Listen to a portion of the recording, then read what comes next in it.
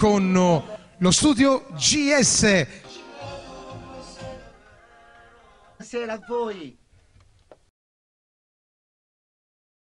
Ma intanto a te qua che ti ci porta? Quest'ultima non potevi mancare.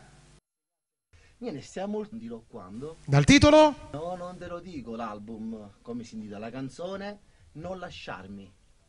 A chi la dedichi? A te no, perché voglio così, no, sto scherzando. La dedico a tutti i miei fan che ci stanno guardando da casa.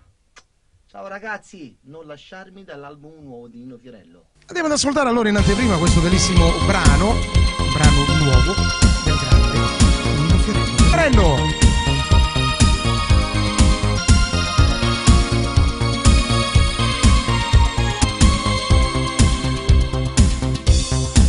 Non è passato neanche più di un'ora, ti ho salutato con un nodo in gola.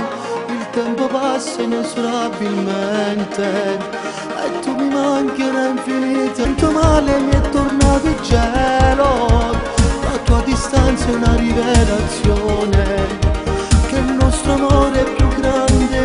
Pensami, dimmi che tornerai e non te ne andrai mai più, perché con te sento l'amore, l'emozione addosso e un chiodo fisso al cuore.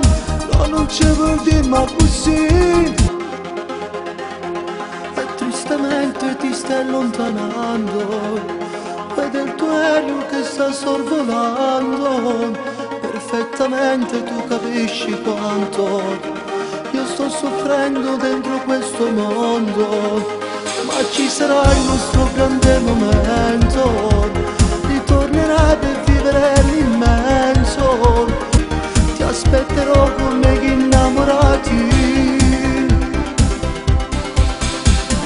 Pensami, dimmi che tornerai e non te ne andrai mai più, perché con te sento l'amore, l'emozione addosso.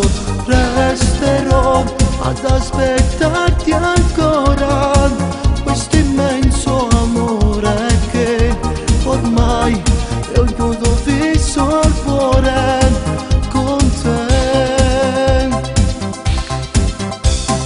Mentre da lontano già cagna cuore, no, non ci vuol dire ma così, se non ci sarà resterò più solo, quando farà notte la mia stella in cielo.